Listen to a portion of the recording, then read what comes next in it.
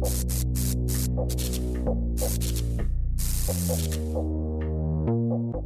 vaxtınız xeyir əziz izləyicilər. Siz Lektor podkastına baxırsınız. Yeni ilə həsr olunmuş xüsusi buraxılışımızla qarşınızdayıq.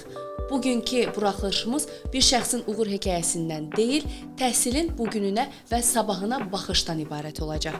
Beləliklə, bugünkü lektorumuz Azərbaycan Dövlət Neft və Sənaye Universitetinin rektoru dosent Rüfət Əzizovdur. Xoş gəlmisiniz Rüfət müəllim.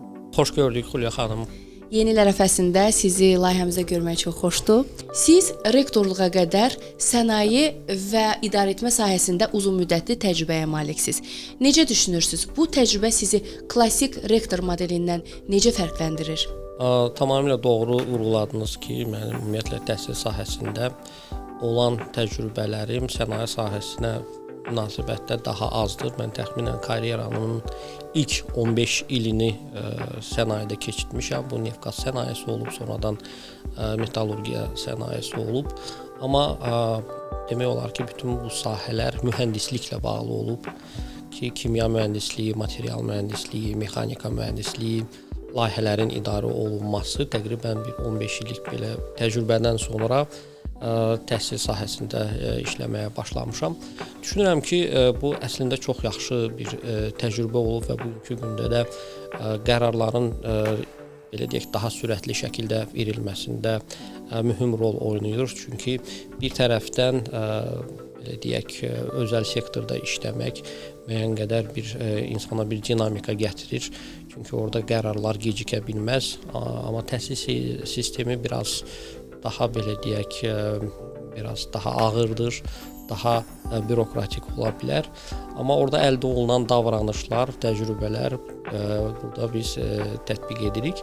Bu bir tərəfi, yəni bu müsbət təcrübədir. Digər tərəfdən də bildiyiniz kimi Azərbaycan Dövlət Neft Sənaye Universiteti sənaye ilə bağlı bir universitetdir. Bizim tələbələrin 93% mühəndislik ixtisaslarında təhsil almaqdadırlar.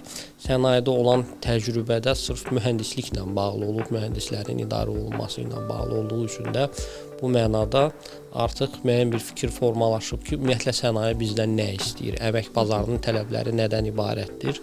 Bunu əmək bazarında olmadan, əmək bazarının birbaşa içində olmadan, layihələrdə olmadan hesabatlardan oxumaq kifayət eləmir. Bu mənada düşünürəm ki, çox yaxşı müsbət bir təcrübə olub və bugünkü gündə də biz onu istifadə edə bilirik. Qeyd etdiyiniz kimi, sənaye mühitində qərarlar daha çox dinamik və sürətli olmalıdır. Universitet mühitində isə proseslər müzakirə və konsensus üzərində qurulur. Bu iki yanaşmanı necə balanslaşdırmaq olar?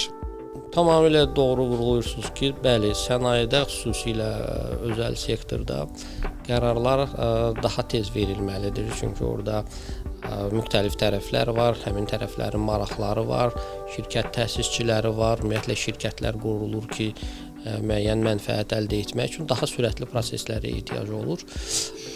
Amma universitet mühitində biraz daha təmkinlə müəyyən qədər vaxt alaraq hərəkət etmək mümkündür. Bu mənada tədricən, yəni bunu birdən-birə universitetdə də tətbiq etmək o qədər asan deyil. Tədricən müəyyən hissələrdən başlayaraq, müəyyən idarə etmədə dəyişikliklər edərək, müəyyən prosesləri bəlkə də rəqəmsallaşdıraraq düşünürəm ki, biz daha operativ ola bilərik, daha nəticə yönümlü ola bilərik. Nəticə yönümlü olmaq üçün isə birincisi biz ümumiyyətlə özümüz üçün müəyyən etməliyik ki, nəticə biz nəyə deyirik? Hansı hədəflər var, hansı hədəfə çatanda biz onu nəticə olaraq qəbul edirik? Bunun üçün də strukturlu, data əsaslı idarə etməyə ehtiyac var. Məsəl üçün, universitetin artıq strateji inkişaf planı hazırlanıb, onun əsasında fəaliyyət planları hazırlanır. Hər bir struktur bölmənin öz fəaliyyət planı olacaq və həmin o fəaliyyət planlarında da hər bir struktur bölmənin hədəfləri göstərilir. Yəni artıq biz nəticəni müəyyən edə biliriksə və onu hesablaya biliriksə, o deməkdir ki, biz nəticə yönümlü iş görməyə ən azı istiqamətlənəcəyik. Son illərdə təhsildə keyfiyyətdən tez-tez danışılır. Ümumiyyətlə, təhsildə keyfiyyət real olaraq hardan başlamalıdır? Müəllimdən, proqramdan, yoxsa idarə etmədən? Düşünürəm ki, bunların hamısı çox vacibdir. Amma keyfiyyət dedikdə biz ilk növbədə müəyyən etməliyik ki, biz keyfiyyət nəyə deyirik? Yəni keyfiyyəti biz necə ölçəcəyik? Məsəl üçün keyfiyyət meyarlarından biri ola bilər ki, bizim məzunlarımız nə dərəcədə əmək bazarının tələblərinə uyğundur. Yəni bu məşğulluq göstəriciləri ola bilər məsəl üçün. Və yaxud da bizim tələbələrə keçdiyimiz məzmun, dərslər nə dərəcədə bugünkü gündə beynəlxalq trendlərə, əmək bazarının imkanlarına uyğundur yoxsa yox. Yəni birinci biz müəyyən etməliyik ki, biz hardayıq və tələb nədən ibarətdir və onunla özümüzü müqayisə edib bir növ keyfiyyəti görə bilirik. Amma mən düşünürəm ki, bütün bunların hamısından ən vacibi əlbəttə ki, müəllim faktorudur, insan faktorudur. İnsan faktoru həll olunarsa, yaxşı müəllimlər olarsa, hansı ki, bugünkü gündə Azərbaycan Dövlət Neft Sənayesi Universitetində kifayət qədər yaxşı müəllimlər var. Əlbəttə ki, digər məsələlər, proqram məsələləri, məzmunun hazırlanması məsələləri, hansısa laboratoriya ehtiyac varsa, ən az o laboratoriyanın layihəsinin hazırlanması məsələləri daha tez öz əksini tapa bilər. Əlbəttə ki, bütün bu problemlərin mərkəzində kadr dayanır, insan dayanır, professor müəllim heyəti dayanır. Ali təhsil müəssisələrində islahatlar daha çox struktur dəyişikliyi ilə ölçülür.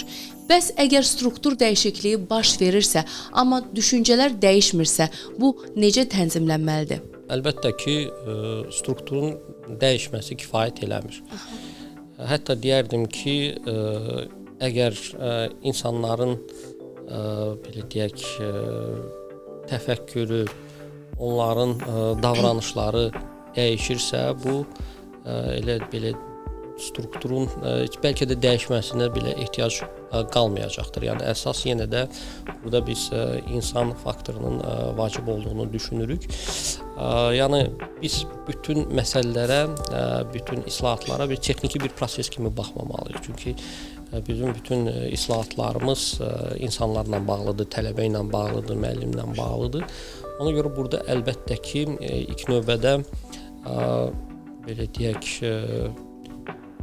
təfəkkür, insanlar arası əlaqə, insanların düşüncəsi düşünürəm ki, nəzərə alınmalıdır və bir müəyyən qədər də dövr dəyişir və qeyd etmək istərdim ki, burada təkcə idarə etməklə yanaşı biraz da insanları müəyyən istiqamətə yönəltmək, düzgün istiqamətə yönəltməklə bağlı da işlər görməyə ehtiyac var. Yəni vacib deyil ki, hər kəs hər şeyi izləsin. İnsanları əgər biz bir lider olaraq düzgün istiqamətə yönəldə bilsələr, bizim məsəl üçün rəhbər heyətdə olanlar artıq digərləri öz işlərin yüksək səviyyədə görə bilərlər. Yəni bugünkü gündə daha çox idarə etmə düzgün yönətməklədir. Daha çox müxtəlif işləri düzgün insanlara devr etməklədir. Çünki biz rəhbər heyəti olaraq hər şeyə nəzarət edə bilmərik. Bu mənada düşünürəm ki, təkcə strukturun texniki olaraq dəyişməsi bəs deyil. Əlbəttə ki, burada insan faktoru vacibdir. Bu dəyişikliklərə uyğun olaraq insanların təlimləndirilməsi çox vacibdir və eyni zamanda bəlkə də yeni kadrların cəlb olunması da çox vacibdir. Azərbaycan Dövlət Neft və Sənaye Universiteti 105 illik tarixə malik olan bir universitetdir. Belə köklü bir universitetdə transformasiya prosesində də ən çox çətinlik nədə olur? İnsanları dəyişməkdə, yoxsa qaydaları dəyişməkdə? Azərbaycan Dövlət Neft Sənaye Universiteti bizim ən qədim universitetlərimizdən biridir. Bu illəri bizim 105 yaşımız tamam olur. Adətən belə deyək, köklü universitetlərdə, yəni dünyanın köklü universitetlərində müəyyən bir ənənələr formalaşır. Bu ənənələr formalaşır. Əslində ənənələrin olmağı yaxşıdır.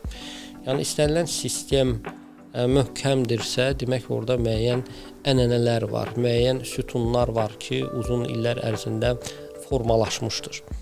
Ona görə biz hansısa yeniliyi gətirəndə də o sütunları dağıtmadan, o sütunların üzərindən biz öz yeniliklərimizi düşünürəm ki, gətirib və inkişaf etdirməliyik. Çünki bilirsiniz ki, vaxtı ilə Azərbaycan Dövlət Neft Sənaye Universiteti, yəni tarixi azi dünyanın ən yaxşı universitetlərindən olub, ən azı ən yaxşı neft-qaz universitetlərindən olub və belə deyək, burada tələbələrin 70%-i əcnəbilər olublar. Yəni bu yaxşı bir tarixdir. Bu yaxşı bir necə deyim, tarixdir ki, bunun üzərindən biz bunu unutmamalıyıq. Bunun üzərindən biz gələcəyi qura bilərik. Yəni bu sütunlar bizə lazımdır.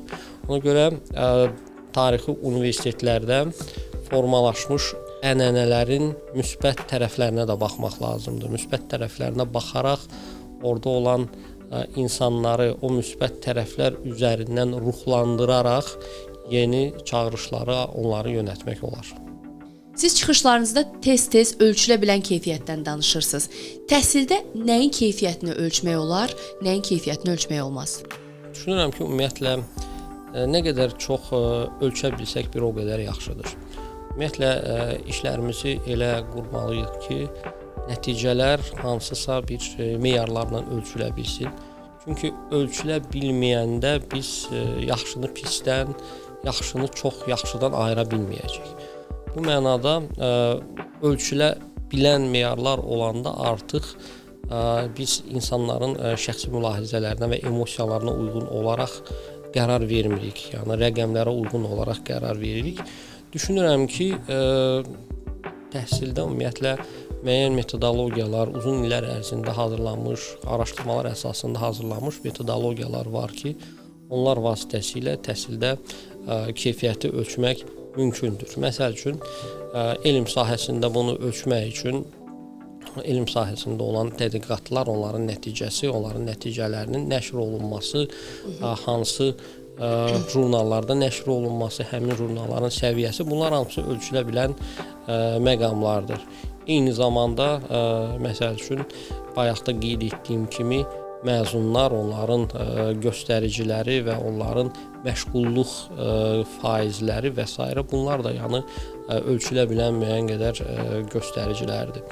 Eyni şəkildə biz deyə bilərik ki, tutaq ki, əgər universitetin hədəfləri varsa beynəlmiləşmə ilə bağlı, burada da yenə də neçə faiz müəllimimiz xaricidir, əcnəbidir, tələbələrlə bağlı hədəflərimiz nədir, əcnəbi tələbələrlə bağlı neçə faiz olmalıdır və s. Bunlar da yenə də ölçülə bilən meyarlardır. Bir sözlə, düşünürəm ki, yaxşı bir metodologiya hazırlayıb təhsildə ölçmək mümkündür. Yəni bütün istiqamətləri ölçmək mümkündür. İstər məzmunun müqayisəli analiz edib ölçülməsi, istər elmi tədqiqat nəticələrinin yenə də ölçülməsi. Məsəl üçün biz deyəndə ki, universitet sənaye ilə əməkdaşlıq edir və yaxud da etmir. Edib etmədiyini biz ölçə bilməliyik. Əgər universitet sənaye ilə əməkdaşlıq edirsə, sənayedən universitetə gəlir gəlməlidir. Sənayedən gələn gəlir institusional gəlirə münasibətdə, yəni nisbəti biz ölçə bilirik ki, nə qədərdir. Və yaxud da sənaye ilə birgə çıxan elmi tədqiqat nəticələri və onların nəşrləri, onların sayının tutaq ki, ümumi məqalələrə münasibətdə baxanda biz yenə də ölçə bilirik və görə bilirik ki, biz həqiqətən də sənaye ilə nəticə yönümlü əməkdaşlıq edirik, yoxsa yox. Eyni şəkildə, məsəl üçün, tutaq ki, universitetin professor müəllim heyətinin beynəlxalq əməkdaşlıqla bağlı nəticələri, tutaq ki, beynəlxalq həmmüəllifliklə nə qədər bizdə elmi nəticələr ortaya çıxır, nəşr olunur. Yenə də bunu ölçmək mümkündür. Professor müəllim başına düşən məqalə sayı, istinad sayı, institusional gəlirlər, tədqiqatdan gələn gəlirlər, sənayedən gələn gəlirlər, bunlar hamısı rəqəmlərdir və bunları prinsipi düşünürəm ki, ölçmək mümkündür. Azərbaycan Dövlət Neft və Sənaye Universitetinin məzunlarının məşğulluq faizi kifayət qədər yüksəkdir və dövlət universitetləri arasında birinci yerdədir. Eyni zamanda son dövrlərdə çap olunan yüksək reytinqli jurnallarda çap olunan məqalə sayı da kifayət qədər yüksəkdir. Ona görə biz deyə bilərikmi ki, universitetin o keyfiyyəti kifayət qədər artmaqdadır? Tam deyə bilmərik, amma yaxşı bir müsbət dinamika biz müşahidə edirik. Əslində təhsil sistemlərində nəyisə birdən-birə inkişaf etdirmək çox çətindir. Ona görə əslində burada müsbət dinamikanın olmağı, hətta mən deyərdim birdən-birə nəticənin olmağından daha vacibdir ki, biz o dinamikanı izləyə bilirik. Artıq məsələn son 5 ildə bizim alimlərimizin beynəlxalq elmmetrik bazalarda məqalələrinin sayı 6 dəfə artıb, istinadları 5,5 dəfə çoxalmışdır. Amma bu yenə də biz müqayisəli analiz etsək, harda olmaq istədiyimizi və hardayıq görərik ki, bu kifayət deyil. Bu mənada tendensiya var, eyni zamanda məşğulluq göstəriciləri ilə bağlı. Məşğulluq göstəricilərimiz dövlət universitetləri arasında birinci yerdədir. Bu çox böyük bir birinci yerdədir universitet məşğulluq göstəricilərinə görə. Amma burada biraz da biz baxmalıyıq ki, məşğulluq var, amma orta tutaq ki, maaşları nə qədərdir? Yəni əldə olunan işlər, məzunlarımızın getdiyi sahələr bu orta səviyyədir, yüksək səviyyədir, aşağı səviyyədir, öz ixtisasına uyğundur, deyil. Düşünürəm ki, burada daha çox biraz araşdırmalara ehtiyac var. Yəni önəmli olan məşğulluq deyil, o məşğul olduğu sahənin həqiqətən də faydalı olduğu, ixtisasına uyğun olduğu və sair kimi meyarlar nəzərə alınmalı. Yəni bizim təxmini hesablamalarımız onu göstərir ki, əsasən dediyim, yəni 90%-dan çox, təqribən 90-92% məzunlarımız öz ixtisas sahələrinə uyğun iş tapırlar. Burada təqribən ola bilsin ki, 6-8%-dan söhbət getsin ki, onlar biraz digər sahələrə öz maraqlarını yönəldirlər. Yəni bu bizim təxmini hesablamalar bunu göstərir. Amma biraz da geniş biz baxa bilərik. Yəni artıq belə deyək, biz görürük ki, məşğulluq var. Amma biraz da bunun üzərinə gedib baxmalıyıq ki, bu məşğulluğun keyfiyyəti nə dərəcədədir və biz nə edə bilərik ki, bu keyfiyyəti daha da yüksəldək. Bizim məzunlarımız istər yerli bazarda, istərsə də qlobal məkanda rəqabətli olsunlar. Əsas odur dediyiniz kimi artıq o müsbət dinamikanın təməli qoyulub və bütün bu məşğulluq məsələləri digər kriteriyalarda öz yerini tapacaq. Və istəyərdim bir qədər tələbə mərkəzli universitet anlayışından danışaq. Son dövrlərdə bu ifadə çox tez-tez istifadə olunur və ümumiyyətlə tələbə mərkəzli universitet nə deməkdir? Tələbə mərkəzli universitet biraz suala tərs baxsaq, tələbə mərkəzli olmayan universitet nədir, məsəl üçün? Ənənəvi olaraq, belə deyək, müəyyən bir tarixçə var, bizim təhsil tariximizdən gələn belə bir şey var ki, bizim universitetlərdə həmişə professor-müəllim yönümlü olublar. Professor-müəllimlər orada həmişə güclü olublar. Bunun müxtəlif səbəbləri var, bunun yəni bir irsiliyi var. Ola bilsin ki, vaxtilə təhsildə əlçatanlıq az olub, hər kəs ali təhsil ala bilməyib. Ona görə yəni ali təhsil almaq bir yüksək bir məqam sayılıb və s. Ona görə burada yəni bir şeydən ki az olanda deməli orada olan o prosesi idarə edən insanlar daha güclü olurlar. Ona görə professor müəllimlər həmişə universitetlərdə güclü olublar və universitetlərimiz professor yönümlü olub. Amma indi dövr dəyişir. Ən az mən belə düşünürəm ki, təhsildə əlçatanlıq artır. Dövlətimiz istəyir ki, daha çox vətəndaşlarımız ali təhsil alsınlar. Artıq bu illəri keçən il məsələn qəbulda 60 minə çatmışdı və bunun illik 75 minə çatacağı gözlənilməkdədir. Bu demək olar ki, çox böyük artımdır son 10 ildə. Məsəl üçün, səhv etmirəmsə, bir 37-dən 37%-dən gəlib çıxmaq 60%-ə bu böyük bir dəyişiklikdir. Bu mənada bir növ artıq universitetlər yaxşı tələbə uğrunda mübarizə aparır, rəqabət aparırlar. Bu rəqabətdə biz başa düşməliyik ki, ümumiyyətlə tələbənin ehtiyacları nədir? Yəni təhsilin mərkəzində tələbə dayanmalıdır. Təhsilin mərkəzində yəni tələbənin öyrənməsi dayanmalıdır. Tələbəyə öyrənməlidir və tələbəyə biz lazım olanı öyrətməliyik. Yəni bugünkü gündə tutaq ki, istər elmlə bağlı, istər əmək bazarının tələbləri ilə bağlı nə tələb olunursa biz onu öyrətməliyik. Yəni birinci müəyyən etməliyik ehtiyacı nədir tələbənin, günün tələblərinə uyğun olaraq, getdiyi istiqamətə uyğun olaraq və ona uyğun biz öz işimizi, öz məzmunumuzu qurmalıyıq. Ona uyğun bizim müəllimimiz təlimlənməlidir. Belə olanda bu müəyyən qədər olur tələbə mərkəzli. Amma bir də var ki, düşünün ki, tələbə gəlir və bizdə uzun illərdən bəri keçdiyimiz bir məzmunu var, hansı ki, müəyyən qədər günün tələblərinə də uyğun deyil, məsəl üçün, və biz onu tələbəyə keçirik. Bu olur artıq tələbə yönümlü olmur. Məsələn, bugünkü gündə bir çox mühəndislik sahələrində, eləcə də digər sahələrində çoxlu proqram təminatlarının məzmuna inteqrasiyası vacibdir. Bu istənilən iş yerində bugünkü gündə tələbdir. Tutaq ki, neft-qaz mühəndisliyində müxtəlif proqram təminatları var, proqnozlaşdırma proqramları var və s. Onları biz tələbəyə öyrətməliyik. Çünki bugünkü günün ehtiyacıdır. Bu mənada bir növ tələbənin ehtiyacını müəyyən edib, bir növ məzmunu və müəllimlərin təlimləndirilməsini ona uyğunlaşdırmalıyıq ki, bir tələbə yönümlü tədrisə keçək. Bu tədris hissəsi. Eləcə də tələbə yönümlü mühitə keçək. Çünki tələbələr universitetə təkcə təhsil almağa gəlmirlər. Onlar burada bir vətəndaş kimi yetişməyə də gəlirlər. Biz başa düşməliyik ki, bugünkü gündə biz necə bir məzun yetişdirməliyik, onlar hansı dəyərlərə sahib olmalıdırlar, onların ölkənin gələcəyi ilə bağlı təəssüratları necə olmalıdır, necə elə bir mühitdə yetişməlidirlər ki, innovativ olsunlar.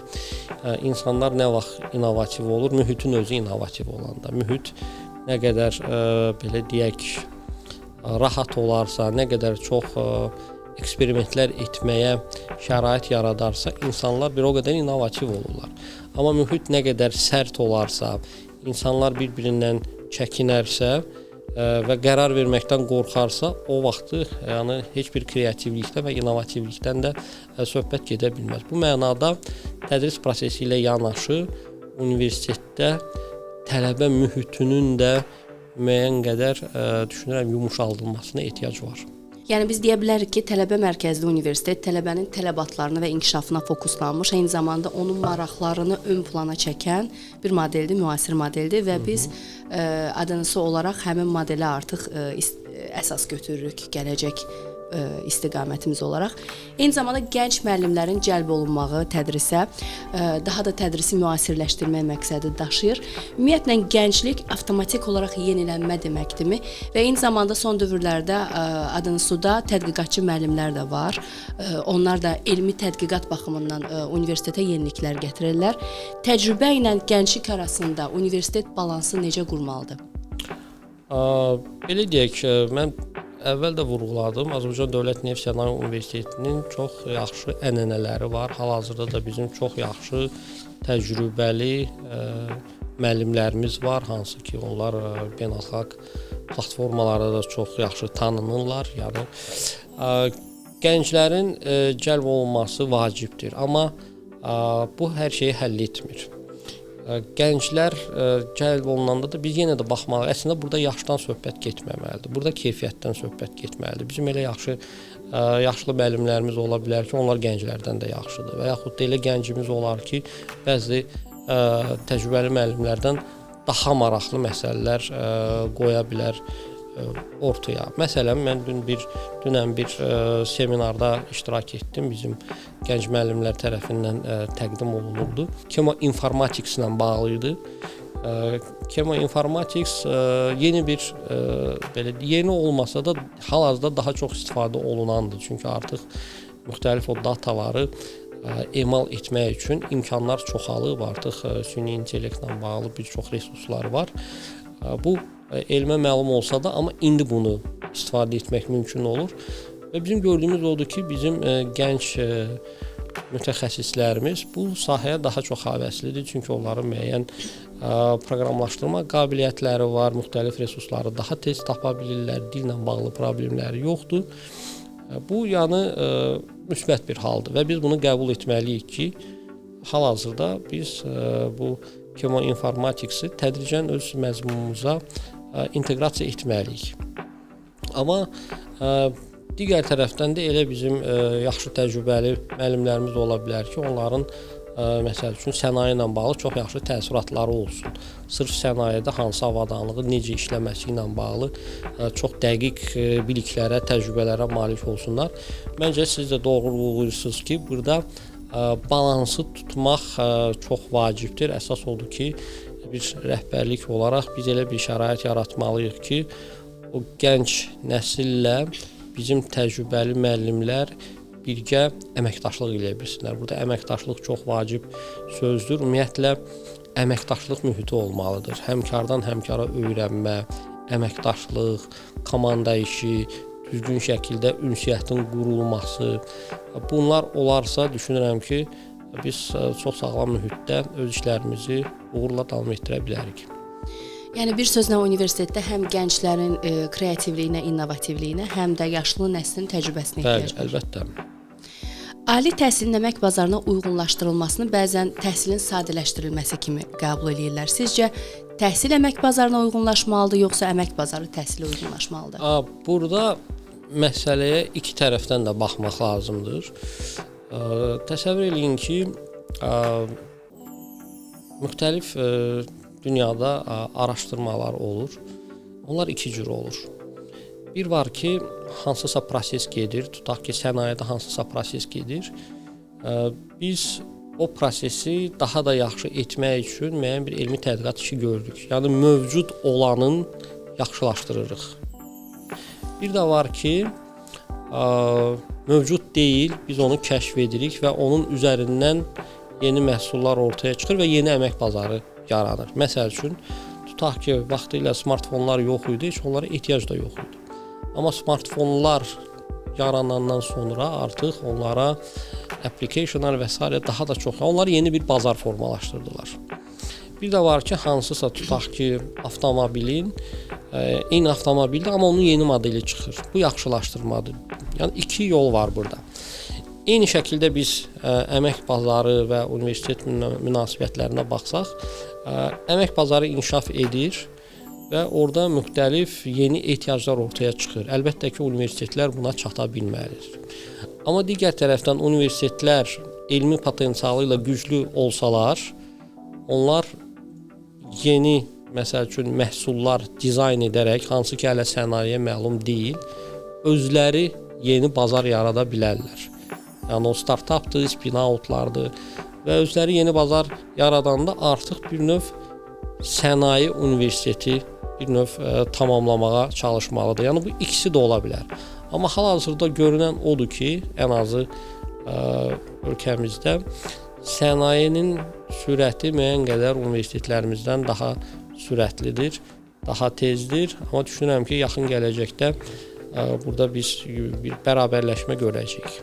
Bu bərabərləşmək üçün sənaye ilə daha aktiv şəkildə işləmək lazımdır, yoxsa necə bunu tənzimləmək olar? Əlbəttə ki, sənaye ilə çox aktiv şəkildə işləmək lazımdır. Ümumiyyətlə, universitet əmin olmalıdır ki, hər bir tələbənin gördüyü elmi tədqiqat işi, öyrəndiyi məzmun ümumiyyətlə lazımdır. Ümumiyyətlə, kiməsə lazımdır, sənayeyə lazımdır, ümumiyyətlə və yaxud da yeni elmi trendlərə uyğundur. Bunu anlamaq üçün də əlbəttə ki, biz əməkdaşlıq etməliyik. Əməkdaşlıq etməliyik.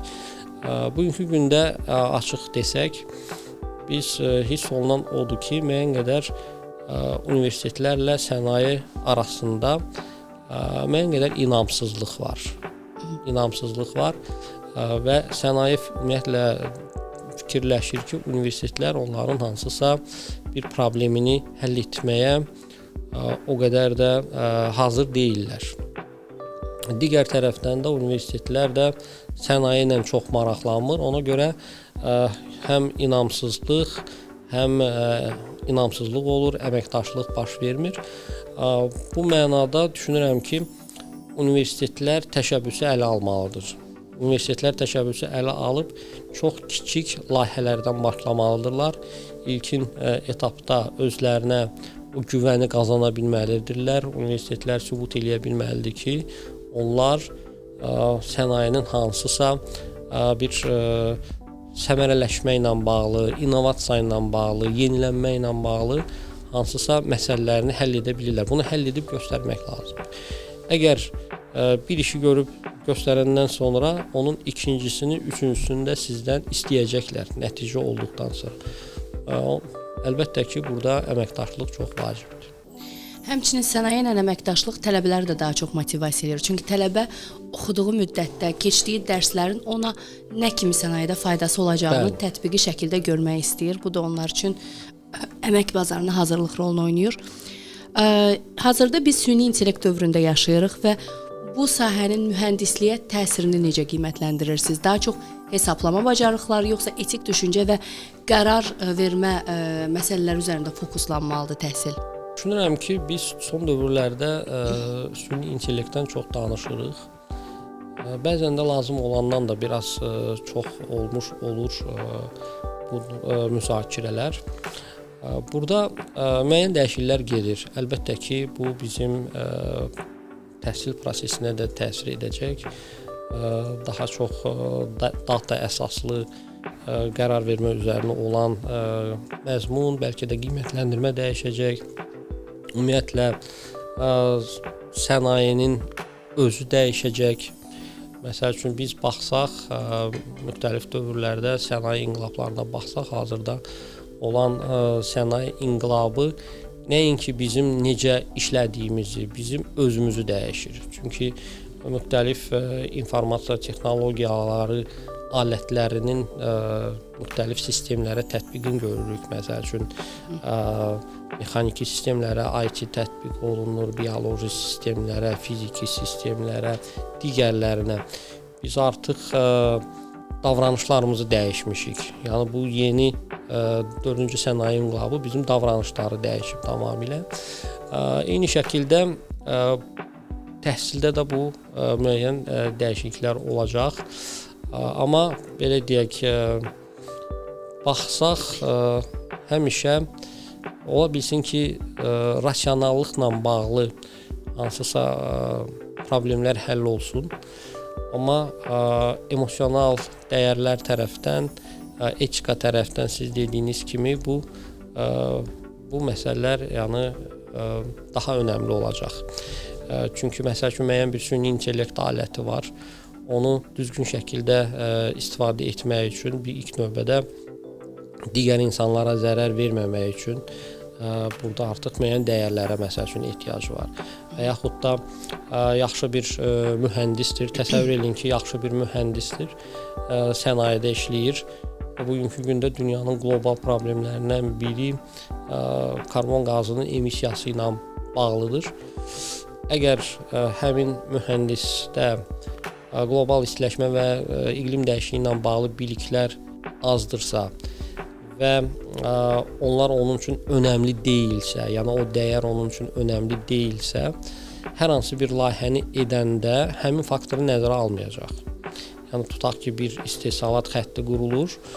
O istehsalat xəttinə bir dənə də avadanlıq qoşsalar, o məsəl üçün emissiyanın qarşısını ala bilər. Amma o avadanlığın qiyməti layihənin qiymətini 20% artırırsa, çox hallarda bunu qoymaq istəməyəcəklər. Burada insanın artıq təfəkkürü, onun dəyərləri önəmlidir ki, qərarı düz versin. Yəni təkcə qərarı maliyyə rəqəmlərinə uyğun verməsin. Digər insanlara nəzərən versin. Sistemdə olan digər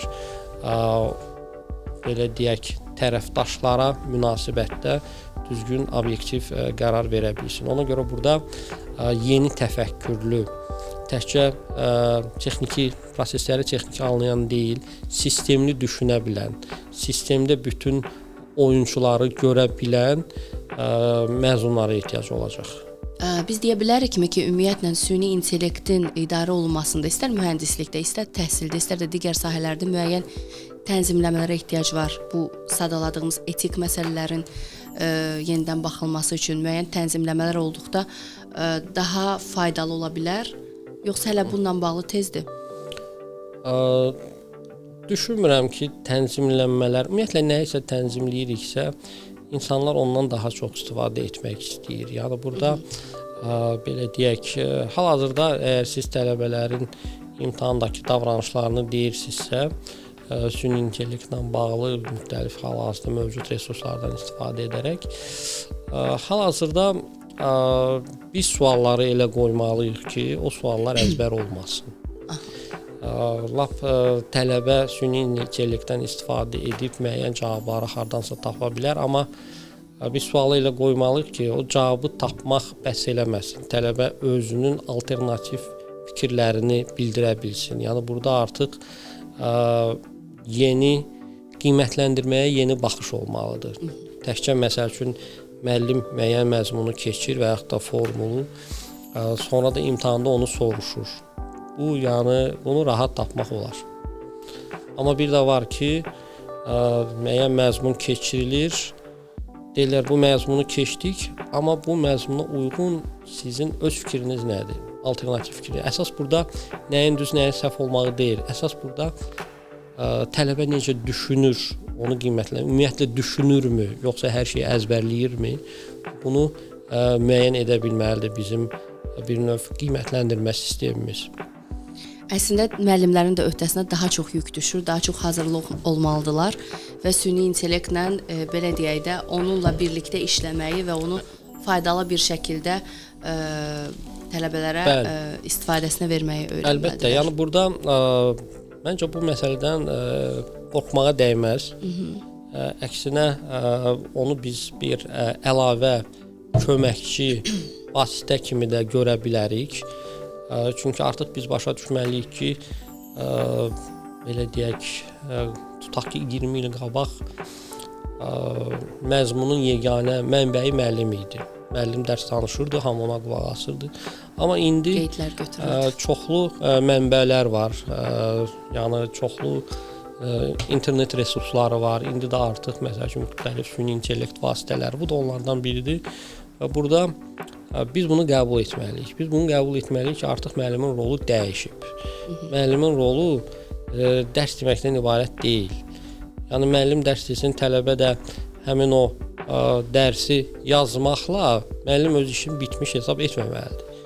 Müəllim tələbəni düzgün yönəltməlidir. Müəllim tələbəni düzgün suallarla, tədqiqat sualları ilə yönəltməlidir.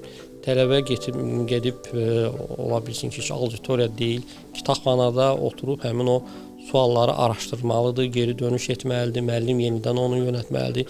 Yəni müəllim artıq təkcə məzmunun mənbəyi olmaqdan çıxıb daha çox yönləndirici, öyrətmək üçün yönləndirici olmalı. Bələdçi rolunu oynayır daha çox müasir müəllim. Və 5 il sonra Azərbaycan Dövlət Neft və Sənaye Universitetini harda görmək istəyərdiniz? İstəyərdim bunu bir qədər cavablandırasınız və adınızın məzunu haqqında bir cümlə ilə fikir formalaşdırılırsa, siz hansı cümləni eşitmək istəyərdiniz bizim məzunlarımız barəsində? 5 ildən sonra ümumiyyətlə biraz sualın özü belə emosional sualdır. Yəni mən çalışıram hər şeyə rasional yanaşım. Bizim müəyyən bir 5 illik strateji inkişaf planı var. Orada bizim hədəflərimiz var ki, biz 5 ildən sonra harda olmaq istəyirik. Bunun əsas bizim hədəflərimizdən biri elmi tədqiqat universitetinə çevrilməkdir. Yəni universitetdə elmin potensialının artırılması, bu istiqamətdə sənaye ilə əməkdaşlığın qurulması, bu istiqamətdə xaricdə olan digər universitetlərlə birgə belə deyək, elmi tədqiqat işlərinin aparılması, universitetə elmi tədqiqatların gələn gəlirlərin çoxaldılması, bu bir əsas istiqamətlərimizdən biri. Daha çox elmlə bağlıdır. Çünki düşünürəm ki, bugünkü gündə ümumiyyətlə elmi inkişaf ölkəmiz üçün çox vacibdir və Azərbaycan Dövlət Neft Sənaye Universitetinin bunun üçün potensialı həddindən artıq çoxdur. Sadəcə olaraq biz o potensialı üzə çıxartmalıyıq. İkinci böyük hədəflərdən biri əlbəttə ki, bayaq da biz vurğuladıq, tələbə mərkəzli bir tədrisin qurulması. Yəni tələbələrin ehtiyaclarına, günün ehtiyaclarına, əmək bazarının ehtiyaclarına uyğun tədrisin təşkilidir. Yəni əsas bu istiqamətlərdir və digər onları dəstəkləyən hədəflərimiz də var. Yəni idarə etməklə bağlıdır, infrastrukturla bağlıdır, rəqəmsallaşma ilə bağlıdır. Bunlar artıq köməkçi, belə deyək, istiqamətlərdir. Adınsu məzunları, belə deyək, Adınsunun özünə məxsus bir, bayaq da vurğuladıq, bir tarixi var, bir irsilliyi var və bundan irəli gələrək məzunları da özünə məxsusdur. Mən açığı Nəyinə seçilir Azərbaycan Dövlət Neft Sənaye Universiteti məzunları? Azərbaycan Dövlət Neft Sənaye Universitetinin məzunları texniki bilikləri ilə seçilirlər. Çox yaxşı riyazi, mühəndislik bilikləri ilə seçilirlər. Bu çox yaxşıdır. Amma bununla yanaşı düşünürəm ki, artıq dövrümüzdə texniki biliklərlə yanaşı sistemli düşüncə qabiliyyəti də çox vacibdir. Bu nə deməkdir? Təsəvvür edin ki, bir inşaatçıdır, inşaat mühəndisidir tutaq ki, o çox yaxşı bina tikə bilir. Amma o binanı tikəndə nəzərə almır ki, yaxşı olar ki, bunu mən meşəyə yaxın bir yerdə tikim, ağaclıq olan bir yerdə olsun və yaxud da çayın yanında olsun və o binanı tikəndə ətraf necə olmalıdır ki, insanlar burada daha yaxşı yaşaya bilsinlər. Yəni təkcə o rasional texniki biliklərlə yanaşı sistemli görə bilən, böyük şəkli görə bilən, hər şeyi nəzərə ala bilən daha geniş dünya görüşlü düşünürəm ki, məzunlara ehtiyac var və buna uyğun da biz o məzmunu elə formalaşdırmalıyıq, mühiti elə qurmalıyıq ki, o məzunlar yetişsin. Son olaraq, bugünkü lektorumuz olaraq tələbələrimizə və gələcəkdə Azərbaycan Dövlət Neft Sənaye Universitetində təhsil almaq istəyən gənclərə nə məsləhət görərdiniz? Eyni zamanda qarşıdan yeni bir il gəlir, yeni bir il bizi gözləyir, imtahanlar ərəfəsidir. Düşünürəm ki, sizin məsləhətləriniz tələbələrə motivasiya ola bilər. Yəni məsləhətlər, belə deyək, burada qeyri-adi məsləhətlər olmayacaq. Yəni elə bir məsləhət yoxdur ki, məsəl üçün biz ona bir sehirli çubuq kimi baxmırıq. Heç bir məsləhətə ki, onu verdik, hamının işi düzəldi. Bu belə olmur. Məsləhət həmişə olduğu kimi eynidir. Yəni insan hər hansı bir işi görürsə, birinci özün o işə həsr etməlidir. Əgər tələbə təhsil alırsa, özünü tamamilə o təhsilə həsr edə bilməlidir. Çünki təhsil dövrü əslində çox deyildi. Yəni bir insan özünü 4 il bir məsələyə həsr edə bilər. Çox oxumalıdır, gecə-gündüz oxumalıdır, əsas fikri dərsdə olmalıdır. Təkcə müəllimlər deyil, onların leksiyaları deyil, əlavə araşdırmalıdır. Bir növ özlərini həsr etməlidirlər. Özünü belə deyək də, yəni uğur təsadüfi deyil. Uğur heç vaxt təsadüfi olmur. Uğur planlı olur. Uğur əziyyətli olur. Uğur özünü həsr etməklə bağlıdır. Bu mənada mən tələbələrimizə arzu edərdim ki, onlar bu qısa dövrdə, yəni 4 illik və yaxud da 6 illik dövrdə özlərini təhsilə həsr etsinlər. Universiteti bitirəndən sonra nə isə öyrənmək çox çətindir, çünki onların vaxtı olmayacaq. Onlar işləməlidirlər, sonra ailə qurmalıdırlar, başqa problemlər çıxacaq və demək olar ki, onlar yeni nələrsə öyrənmək üçün vaxtları olmayacaq. Ona görə bu dövrdə çox ciddi şəkildə təhsillə məşğul olsunlar, planlı olaraq uğura doğru getsinlər. Yəni heç gözləməsin ki, hansısa bir təsadüf baş verəcək və yaxud da bir sehirli çubuq vasitəsilə onlar hansısa nailiyyətlər əldə edəcəklər. Belə olmayacaq. Yəni, çox ciddi şəkildə əziyyət çəkmək lazımdır, oxumaq lazımdır və nəticəyə köklənmək lazımdır. Sonda əlbəttə ki, mən hər bir müəllimimizi, hər bir əməkdaşımızı, hər bir tələbəmizi mən yeni il münasibətilə və Dünya Azərbaycanlılarının Həmrəyliyi günü münasibətilə təbrik eləyirəm. İlk növbədə onların hamısına möhkəm can sağlığı arzu edirəm və 2026-cı ildə uğurlar arzu edirəm və əminəm ki, 2026-cı il universitetimiz üçün uğurlu olacaq. Təşəkkür edirik dəyərli məsləhətlərinizə görə və layihəmizə qonaq olduğunuza görə. Çox sağ olun, təşəkkür edirəm. Əziz izləyicilər, bugünkü buraxılışımızda biz gördük ki, universitet yalnız proqramlar və auditoriyalar demək deyil. Universitet qərar vermə mədəniyyətidir. Müəllimə göstərilən etimaddır, tələbəyə verilən məsuliyyətdir. Ən əsası dəyişmək cəsarətidir. Yeni ildə yeni hekayələrlə görüşənədək hələlik.